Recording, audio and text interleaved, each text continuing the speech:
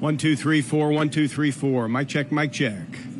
Mic check for all stations, domestic and abroad. 1, 2, 3.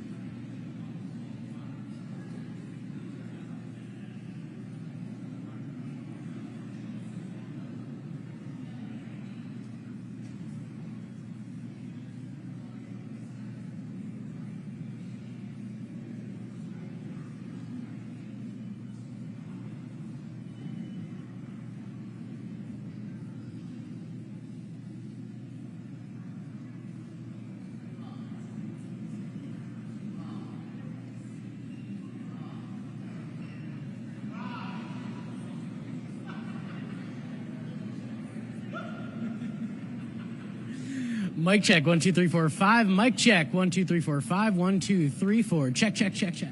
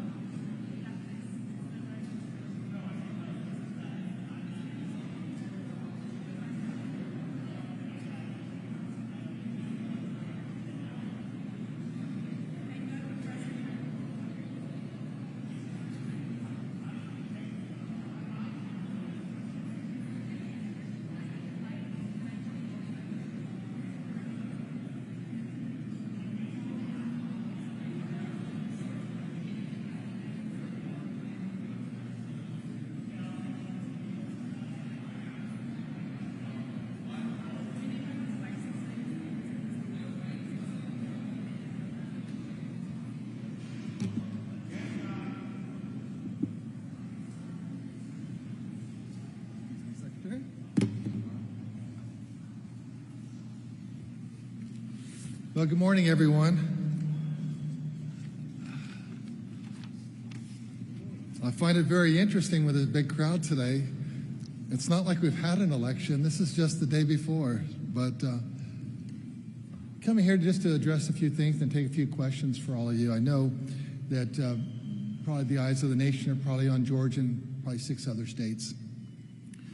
But tomorrow, good American citizens, people like you and me, are going to be coming from all around the country. They're going to vote and decide who will represent us. But here in Georgia, your neighbors may vote one way, and you may vote for someone else. What we do know is that Governor Kemp, myself, our General Assembly, and tens of thousands of election workers have worked every day to defend every legal vote. In the next few days, you may see some extra drama from fringe activists. They are certainly dramatic, aren't they? Whatever they say or do, we know this to be true. Here in Georgia, it is easy to vote and hard to cheat. Our systems are secure, and our people are ready. Your local election officials will work around the clock tomorrow to ensure everything runs smoothly. If you're one of the 4 million voters who have voted early, congratulations. You have made history. But you've also dispelled Stacey Abrams' false narrative that it's hard to vote here in Georgia. That's 4 million votes, 4 million voters. This is what we have known this entire time. Georgia has short lines, secure elections, 4 million voters voted without issue. And that is something that we can be proud of as Georgians. If you haven't voted yet, I want you to go to my voter page, the portal that we have at mvp.sos.ga.gov. If you just Google my voter page, Georgia, it'll pop right up. And then you can look up your specific precinct. And that's important because tomorrow you have to vote in your precinct up until 5 p.m. tomorrow. All eyes are on Georgia once again. And just like our Georgia Bulldogs, go Dogs, that was a great comeback, wasn't it? You guys were, some of you doubted, I know you did, but anyway, when I was doubting, I just called Gabe, and Gabe said, we got it in the bag. So we did there, and we will have an elections. We're looking forward to the election tomorrow because this is the time that we've been waiting for. When it all comes together, where you, the voters, get to choose who your leaders will be up and down the ballot, from president, state rep, state senator, county commissioners, sheriffs, and local elections. So have fun, enjoy the process. And tomorrow, lines have to be shorter than 1 hour, and we will be tracking it. I don't know if we have any questions here. We certainly have lots of people. I see one right there.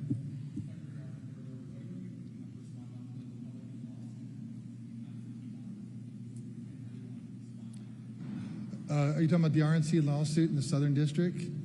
Right now, we'll just wait and let that work its way through the court system, but we'll follow the law, and that's what we always do.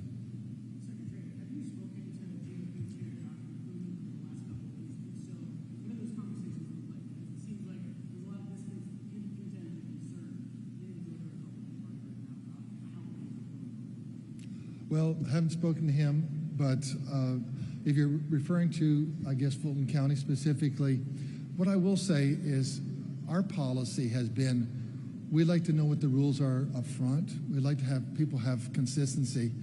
And Gwinnett County was receiving absentee ballots. They had people at their offices, but they had made that decision back in July. And Fulton's was relatively late. And I think that's not really helpful because then people have to respond to that. And so I think it caught some people unawares. So I do think that having, notice and making sure it's always timely, I think is always better, particularly when we live in a polarized society.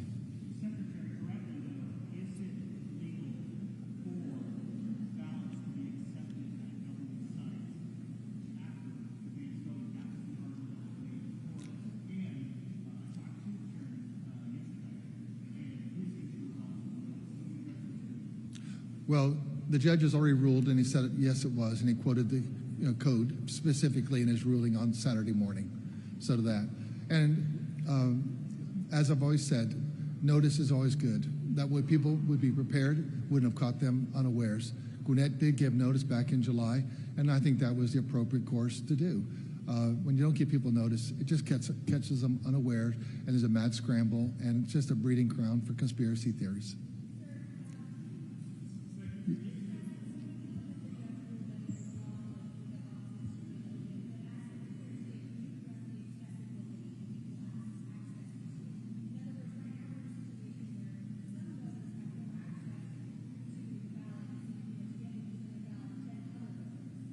Well, that's all before the court, and I'll let the judges do what they do, and I'll let the lawyers do what they do.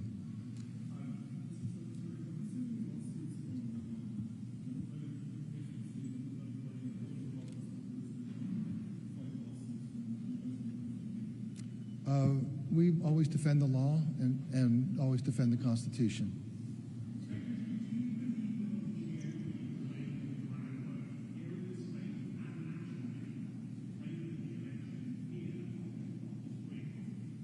Well, I know in Georgia we're going to have a free, fair, and fast election. I'm really excited about our process because tomorrow night, all these people that have voted early, that's about 65% expected votes, will be reported 1 hour after the polls close. All the absentee ballots that have come in will have been ready for tabulation, and those will be reported. That's 70% that will be reported by 8 p.m., plus or minus, assuming polls all close at 7 in those counties. And that really will give you a great path of what you can expect for that day. What we've shown, we have photo ID for all forms of voting. I've done 2 citizenship checks. I've done an audit about 2 years ago, and I did one this past summer, proving that only American citizens are on the voter rolls. We found 20 Americans in this last audit. They were kicked off the voter rolls, and we sent that information to local DAs for prosecution. We have the cleanest voter list in the entire country. We have photo ID for all forms of voting. At the end of the day, it's going to be fair and fast and accurate. I can't control other people. I can control what we do, and we're going to do a great job. Thanks.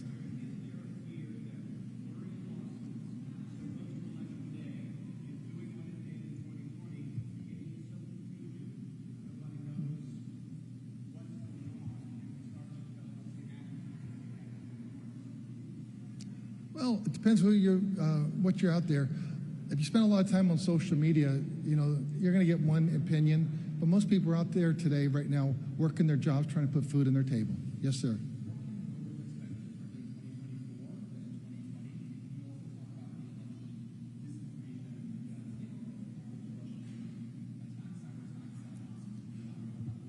Well, I think when voters go to vote, what first of all they're finding is that we started this in 2022, but the electronic poll pad check-in, you know, people are getting checked in so quickly, so that was really moves the lines really quick.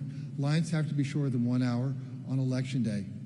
I think that's really important also. And then so you're having just a lot of people moving through, they're enjoying the process because they don't have long lines, and so we get the results posted very quickly. As it relates to disinformation, there was something reported last week about person purported to be some Haitian. He had 2 driver's licenses. It was all made up, and it actually came from Russia. And so I think we as Americans, we just need to sit back sometime and make sure that you're really hearing the truth, because there's a lot of bad people out there that want to just kind of get us fighting amongst ourselves. We know who they are. We know Russia, China, Iran. There's a list of them. It's a basket full, and they're just not really our friends. And if they can create us fighting amongst each other, then they feel like they've won. And so really please check it out, and that's why we got back that night and put it out. Next day, the federal authorities did confirm it came from Russia. Well, thank you very much. Pardon me? For tomorrow? Well, it's tough to say because we hopefully we have really strong turnout. I checked the weather. There's no reason why voters can't show up. And so we should be well north of 1 million. Back in 2020, we still were coming through near the end of the pandemic, and we had about less than 800,000 show up. We were expecting about 1.1, you know, so take it from there. But we'll see who shows up. But we just hopefully encourage everyone, if you want your voice heard and you haven't voted yet and you are registered, come out to vote. This is your opportunity. Thank you very much.